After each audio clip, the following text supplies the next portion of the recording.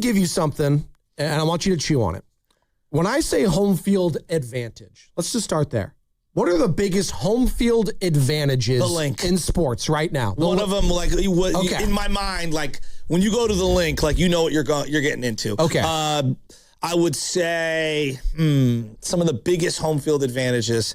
Lambeau on a snowy afternoon. Okay. You know, that second window Sunday afternoon game in like November, December. I would argue Seattle at the height of their powers. I would argue some of those are also the elements that they can hurt your own team, but I'll hear you on that. New Orleans when they were cooking. That's a good one. And they would get you to jump off sides and false start and all that stuff like that when they were really humming. Well, they had a stretch there where they lost like 3 games and like multiple, like they never lost there. It was insane. Yes.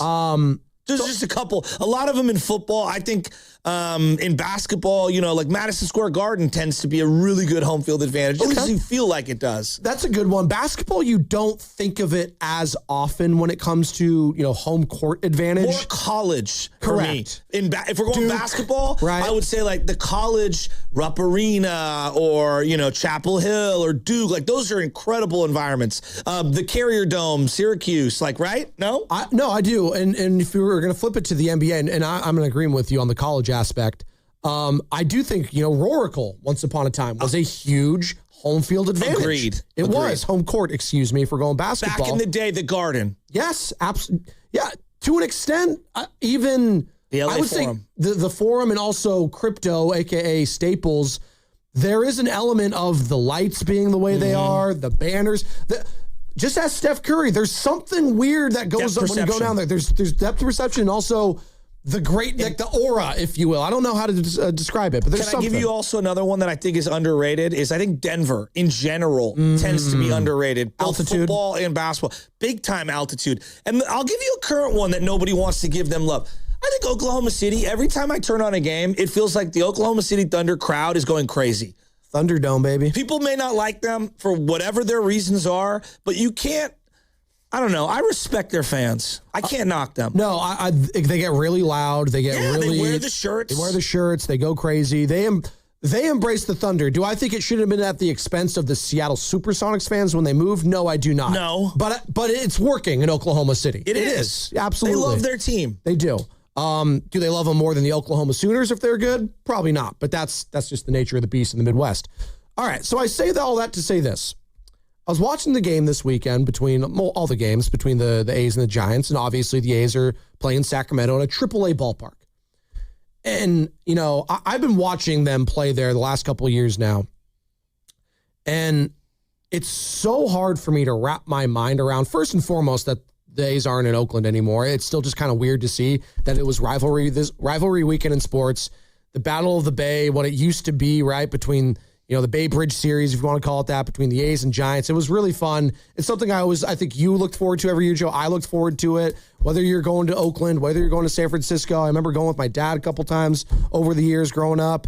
Your buddies, if you have friends in the East Bay, friends that are A's fan, it was always it was a fun time to go out and just have fun and rib each other, right? It's one of the great highlights, I think, in sports is cross-city rivalries. That being said, it was just weird this weekend. I don't know. It just felt a little off. Not to say it wasn't cool to see the place packed and lively, and you even heard Vitella felt like it had a little bit more juice with both these teams. It was just strange. And then I just look at the ballpark itself. And, yesterday was its own thing because there was a bunch of wind. It was crazy. It was wild. Did you see the water bottle thing with the mound? I want to get to that.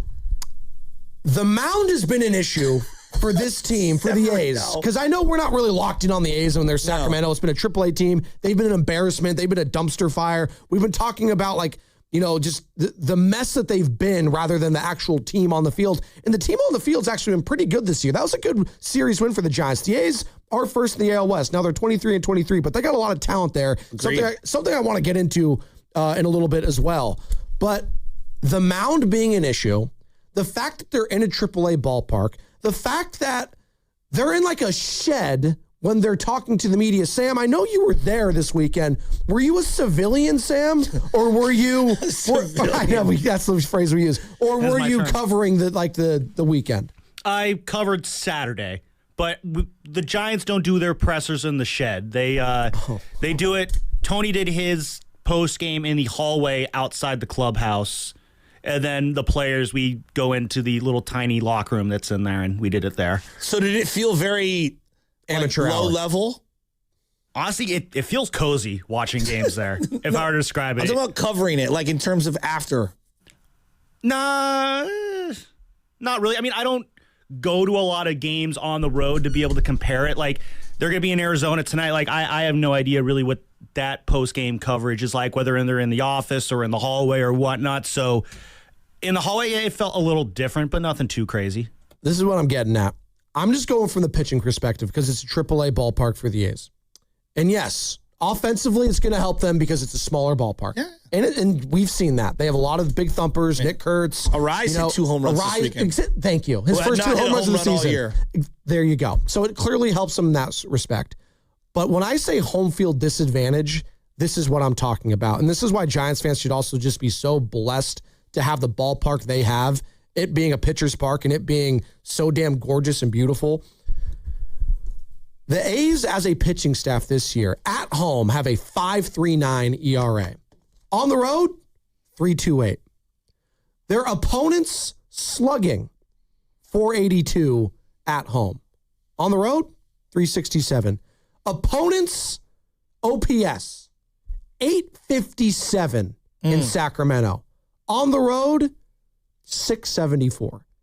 They can't pitch there at all. So it just got me thinking, just disadvantages overall, home field disadvantages. I always think about teams like in the National League Central, the Reds, the Brewers for a long time. I maybe that's a big ballpark, but I always just think of those kind of those bandboxes, whatever they call them, as being such disadvantages. And if the Giants could just have a semblance of consistent hitting at home, Joe, if they can just hit the ball, the pitching will more than likely take care of itself. And that's what we saw in 2010. That's what we saw in 2012. That's what we saw in 2014. And I'm saying all of this to say, how the hell do I have more faith in the future of the Athletics, who don't have a name right now, who are building a stadium in Las Vegas, who are in Sacramento, formerly of Oakland? They've been an absolute dumpster fire for years and years. Organizationally, they muted their response tab on their social media so the fans couldn't crush them constantly because they are such cowards. They did that. Dave Cavill, Conman Cavill, whatever you want to call him, he's gone. But he was a massive face of that organization, and all that was wrong. John Fisher, that guy, owns Gap, but an absolute clown show for years and years and years. All right? This is a team that has gutted their roster. Last decade, 2 decades, you know the story. There's a movie about it. It's called Moneyball. They've been a laughingstock. They have ripped the hearts out of their fan bases. And yet, Joe, and I have a point to this, bear with me, and I appreciate your patience. When I compare the current situation of the Athletics, the nameless team, by the way, to that of the San Francisco Giants, who have an incredible ballpark, an incredible brand, an iconic history, an owner that is willing to spend, a guy at the helm of baseball operations that's going to be a Hall of Famer in Buster Posey, a guy that made a big swing for a big time, manager from the collegiate level and tried to make a big splash there. How the hell am I more optimistic about the A's and the Giants in the future? How the hell do I look at both of these rosters over the weekend? And granted, the Giants did win the series, but that's not my main takeaway. How the hell do I have more faith in what the A's are doing as an organization right now than the Giants developing? How is that possible? And don't give me,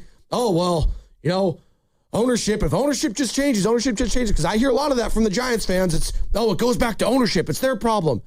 Well, the A's have one of the worst owners in sports. Hands down. And they're doing something right. They're doing something right. If we did a poll, you're talking about ownership real quick. Yes. And I don't mean to cut you off, but if we did a poll, one of the worst owners in sports, he's a bottom, 5, 10 owner? Correct. In the big three sports, John Fisher is on the list. Right. He's at the bottom is what I'm saying. Correct. Exactly. Okay, keep going. Keep cooking because you're cooking. So I'm looking at the lineups just yesterday, and let me pull it up right now.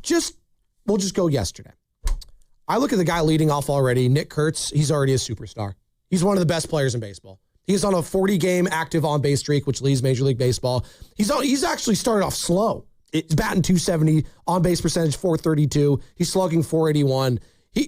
He's going to be the next big thing. If you were trying to develop a player in MLB The Show, it would look like what Nick Kurtz is at first base, right? At first base. I mean, 6'5", 240, 23 years old, lefty, who hits absolute donks. And you know what? Got a little speed. He could stole some bases. Good defender. I think he's good enough. I do too. All right. So you go there. God, he's so good. Brent Rooker, he's right? what I want Bryce Eldridge That's to be. That's what Giants fans want. I hate to be it's true. God, it's true. Pains me to say that. Brent Rooker, who's off a slow start this year, but who's been an absolute beast the last couple seasons. Found this guy out of nowhere, right? Yeah. Been an all-star. He's been up there for the home run category. He just hits massive tanks. And also kind of a funny guy on social media. I go there. Tyler Soderstrom, another guy they've locked up. And by the way, they locked up Brent Rooker. They're trying to lock up Nick Kurtz, something the A's haven't done in decades and decades. They're actually finally doing and paying some of their young players. Tyler Soderstrom, slow start this year. A really good player, a lot of pop, a lot of promise. A guy that a lot of teams would like to build their franchises I think around. he's a Turlock kid, too. He is. That's just a theme here with a lot of these A's guys, too. They have a lot of local guys. Which is interesting. Jeff McNeil, savvy veteran. Solid. The guy just gets his average is always above 270. He's batting 274 this year. Poached him from the Mets. Really good player. Geloff, who... Another guy they're really high on at third base. Defensively, it's an adventure. But their other guy, their top draft pick, Max Muncy, is out right now. What I'm saying is this. They have so many young, talented guys that have pop, guys that have great athleticism, guys I haven't even brought up yet, like a Lawrence Butler that's got swag, that could be a face of a franchise. How can the A's do this year in and year out? You even brought a guy from that organization, Farhan Zaidi, to try to poach their method, and it still somehow failed over here. Joe, I guess I'm running around in a circle here, and I'm just trying to figure out, why is there more hope with the A's organization that's been a dumpster fire for a decade than there is with the Giants right now? Why is that? Why? Why do I feel better about where they're at than where the Giants are at? And you didn't bring up Jacob Wilson, who missed the series because he's injured. He's a stud. Out, but you know what? He's great. Well, I think it goes back to two things. Like, there are some organizations that are amazing at identifying, drafting, developing, signing, and then cultivating whatever promise and making you your most optimal. I think about the Tampa Bay Rays, like, right? You bring up the A's, and they're excellent at it, and they're bold. They're willing to turn their roster over because of their financial restrictions, and they're also willing to punt on a young player with promise to go get the next young player with promise. Like, they're really good at that. The Tampa Bay Rays were basically going to pay what's his name? Wander Franco. Yeah, Wander Franco. Yeah, Thank you. I almost said Wandy Perez. No, you had it. Wander Franco, $200 million. And then what ended up happening with his situation, where he ended up being a criminal, they had to pivot from that. They had a $200 million, $150 million commitment to that one guy. Have they missed him at all? No. It feels like they haven't from afar. Nope.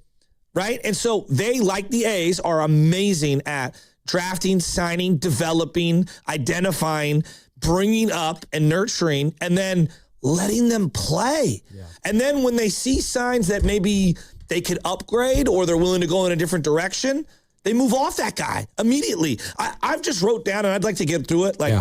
Since the Giants last won their last playoff series, that was 2014. Yep. They won the World Series that year. That's the last time they won a playoff series. The A's, in the same amount of time, 12 years, have flipped their roster over and found more All-Stars, what feels like 5 times over. And the Giants are still waiting to find like who their next developed all-star is. And I don't know, man. I don't know. Like all the Giants fans were wringing their hands about the trade for Patrick Bailey to kind of move off him. Sure. Ace fans laugh at Giants fans over the rhetoric regarding this player. Would Ace fans have had an issue moving him? No. Now, they've been conditioned. They've been conditioned to do so. And when you compare and contrast the fan bases, there are differences. Because no question. One fan base is just, I don't even know what the fan base is at this point. Quite frankly, it's fractured.